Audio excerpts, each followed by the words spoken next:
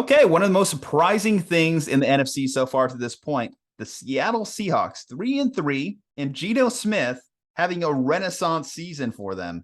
In fact, you do the numbers, you compare it to Russell Wilson, and it's kind of crazy that Seattle feels like, at least early on, they feel like the victors in this trade. We'll see how those draft picks, if they turn into anything. But if Russell Wilson continues to play like he has and did against the Chargers this past week, it's going to feel like highway robbery. It's going to feel like one of the worst contracts in sports. On the other side of the ball, you have the Los Angeles Chargers. They are 4-2 coming off a Monday Night Football victory. They are almost a touchdown favorite according to early betting lines at home against Seattle. Though I think this game is going to be a lot closer than the early lines suggest. Seattle, to their credit, I mean, other than the game against the Niners where they got blown out, they've been pretty in most of these games, and their offense has been the story for them. In fact, they might have found another gem. Kenneth Walker looked really good. I think about Kenneth Walker going against this Los Angeles Chargers defense, and I think that that's a matchup that screams someone having a breakout 150-yard, 2-touchdown performance. You know that pain. You grew up in that pain. You know what it is like to be a Chargers fan. Yes, for those who are listening, I am a 5-year recovering Chargers fan. It will be 6 years at the end of this year as a recovering Chargers fan. You too, if you are in an abusive relationship with your football team, you too can get off that narcotic. If you're a Lions fan, if you are a Falcons fan, Houston Texans fan, you too can get off that narcotic. There's hope. I am hope for a brighter future. I am 5 years relinquished from that Charger fandom. In terms of analysis for Los Angeles, I will say I kind of just chalked up the Chargers season as being wasted when I saw that literally their 6 best players were all hurt a couple weeks ago. And Justin Herbert's playing through torn rib cartilage, which is absolutely insane. And we just kind of stopped talking about it because, like, after he decided he was going to play through it, we're like, oh, okay, it's a story for 1 week and then whatever. But like, this is an 8 to 12 week injury that Justin Herbert is just playing through at this point. And it's pretty remarkable. Bosa's obviously been out for them, and he'll continue to be out, but he'll come back before the playoffs, hopefully, which,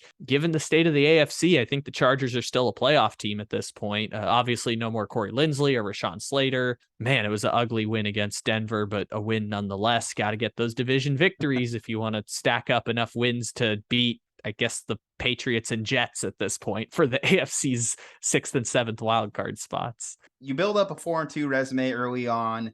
It puts you in the driver's seat for, as you mentioned, a wild card position. So it's very hard to pick apart the Chargers season to this point just off of that alone.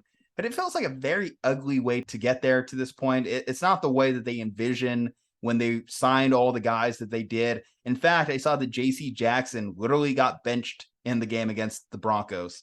I talked about Russell Wilson's contract being a bad one. J.C. Jackson, again, the Patriots may have bet on letting a guy go too early rather than too late. The case of J.C. Jackson, who knows? They may have been right, or maybe he was just a more scheme-dependent cornerback than we gave him credit for. Seattle is scoring 24.3 points per game. The Chargers scoring 24.4. Seattle is allowing 27.2 points per game. The Chargers allowing 27.2.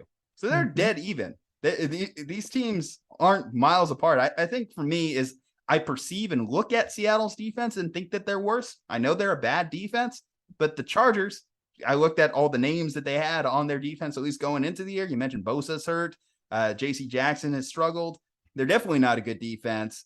Today, why they had a pretty solid performance is mostly just because Russell Wilson's washed. And by the way, DVOA numbers, according to Football Outsiders, back up your claim, which is like they've given up the same amount of points, but we feel like the Chargers are better than Seattle. This hasn't factored in the Broncos game yet, but they didn't have an awful defensive performance, so I'm sure it won't change that dramatically.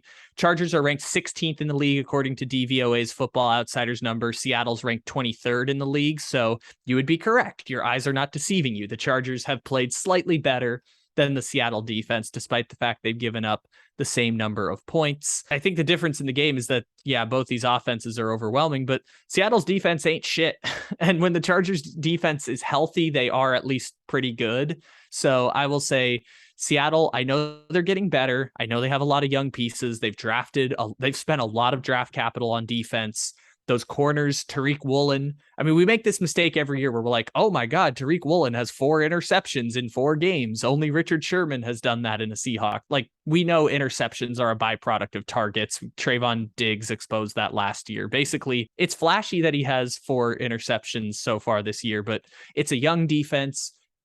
I've seen them get exposed by multiple teams so far this year that I don't think of as having great offense. Detroit, teams that don't think of as having great offenses. So I look at Seattle and I think that that's probably where the 6-point spread is coming from, is their defense ain't really shit at this point, but they are an overwhelming offense. Is this a bet the over game?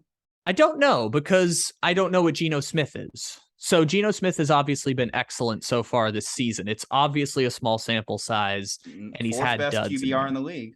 Yeah, and he played not great against Arizona. That number's going down slowly but steadily. Backup quarterbacks tend to like what happened with Cooper Rush on Sunday, or what happened with Taylor Heineke last year. Like, backup quarterbacks have those games where you're like, oh yeah, that's why they're backup quarterbacks. Geno hasn't had that yet, and we finally stopped calling him a backup. He's a starting caliber quarterback in the NFL. Absolutely, and that's something that most people weren't saying at the start. When I said Geno Smith was going to start over Drew Lock and everyone kind of knew it in Seattle, people were like, oh, why is that going to happen? Well, pretty clearly Drew Lock is terrible. I was doing it based on Drew Lock is terrible, not Geno Smith is well, this. Remember, Pete Carroll did tell us they have 2 QB1s.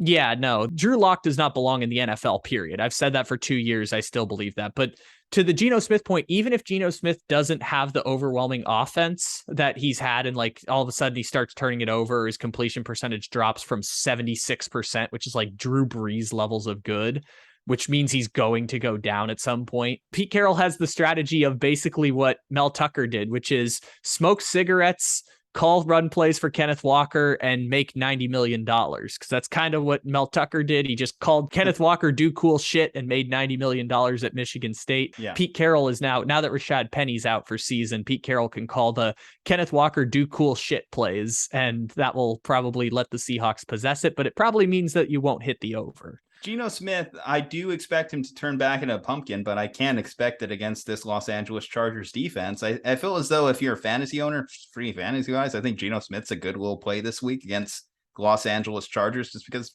I think this is a bad defense. I think this is an opportunity for them. I would say this could be a bet the over game. How are you feeling as far as a prediction? This one's tough because you're right. Like, if Geno Smith were a higher quality quarterback and we had a sample size of like years that would determine that, I think I'd agree with you. But also, Arizona's defense is worse than the Chargers, and Arizona kind of held him in check to his, like, I think he had like a 70 passer rating in that game. Like, that's a division game, though. Those are kind of weird games all the time. I mean, sure.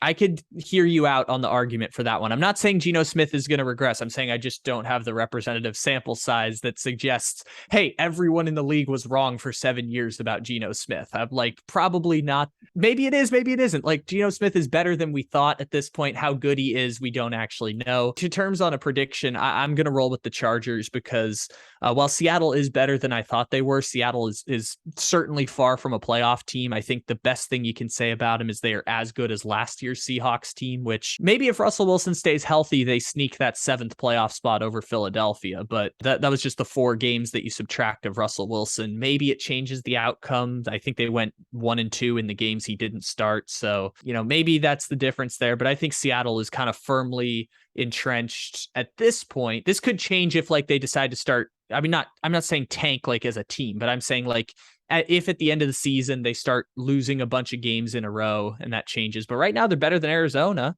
That's something I think everyone would have been shocked by at the start of the season. Even those who are picking the 49ers and Rams to be the 2 best teams in the division. I don't think many people saw like Seattle being better than Arizona and Geno Smith having a better season than Kyler Murray.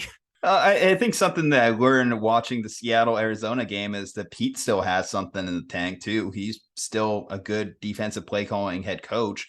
And I think that that's a problem for Brandon Staley in this Los Angeles Chargers. I think Pete and that coaching staff will be able to scheme something up that won't exactly hold Justin Herbert in check, but will be good enough to put him in difficult situations, make him a little bit uncomfortable. And I think that that's going to be what keeps them in the game. And then I look at the Chargers defense, and I don't think they're going to have a lot of great answers for what Geno Smith does. Like you mentioned, the 77% completion percentage is a little bit of an albatross hanging over his stat line, but reading it for what it is right now, they're able to control the clock, manage well, move the ball, move the pocket with Geno Smith's mobility, use Kenneth Walker to get big chunk gains. And I think that there will be chunk gains to be had in this game. I think I'm going to go with the Seahawks. I like them a little bit more. I think that it should be a coaching clinic when you consider Pete Carroll to Brandon Staley. Again, 4-2. I will still say this. I think Brandon Staley is a coach that should be considered on the hot seat. Somehow, some way, I think that don't waste Justin Herbert's prime. Get him a coach that's actually going to elevate him and play. I don't think Brandon Staley is that guy. But maybe you disagree with me. If you're going with the Seahawks, if you're going with the Chargers, we would like to hear your thoughts. Leave a like on the video. Subscribe to the channel. Follow us on social media. From Juju and Kyle, stay safe, happy, and healthy, and we will see you on the next one.